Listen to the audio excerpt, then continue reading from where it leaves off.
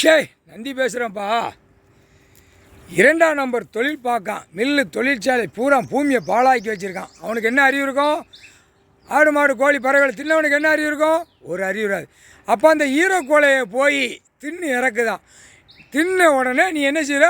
கோத்ராஜ் போட்டு சைனா பூட்டை பூட்டிடு. ஈரக்கொலையை பூட்டிடு. ஈரக்கொலையை பூட்டியாச்சுன்னா அவனுக்கு வாய் துடிக்காது, கை 2 எந்திக்காது. கீழே தூக்கிட்டு அழுதான்ல நடுச்சென்றில் பெண்ணுக்கு பெண்ணு ஆணுக்கு ஆணு சொரு வேண்டியது அப்படியே கட்டாய் போகும், முக்கால் சத்தியம். அப்போ ஈரக்கோலையை பூட்டிடு. கோத்ராஜ் பூட்டு சைனா பூட்டு பூட்டிடு. இது பூரா நீதிமன்ற கோர்ட் அவமதிப்பு.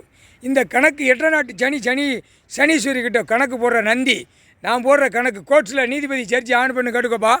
கீழே வழக்கறிஞர்கள் 10% கட்டுக்கோ, 90% பிரித்து போட்டு ஆடுதான்.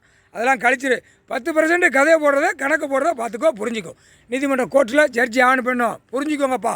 கணக்கு போடுறத புரிஞ்சுக்கோப்பா. கணக்கு முடிக்கார், கடவுள் முடிக்கார். முடித்தோடனே பக்காவா நீதிமன்ற கோர்ட்டு கைலாசத்தில் ஐயா பார்க்கறதுக்கு அனுமதி கொடுப்பார். சனிக்கிட்ட கொடுத்தாச்சுன்னா ஆட்டோமேட்டிக்காக அவன் கொண்டு வந்து சேர்த்துருவான். உங்களை எல்லாத்தையும் இங்கே கொண்டு வந்து கைலாசத்தில் அது பாதுகாப்போடு நிப்பாட்டி கொண்டு வந்துடுவான். முக்கால் சத்தியம். ஈரக்கொலையை இந்த பேயை சேட்டை பண்ணுறது பூரா இப்போ பூட்டுற கணக்கு போடுதார். சைனா பூட்டு, கோத்ராஜ் பூட்டு, முக்கால் சத்தியம்.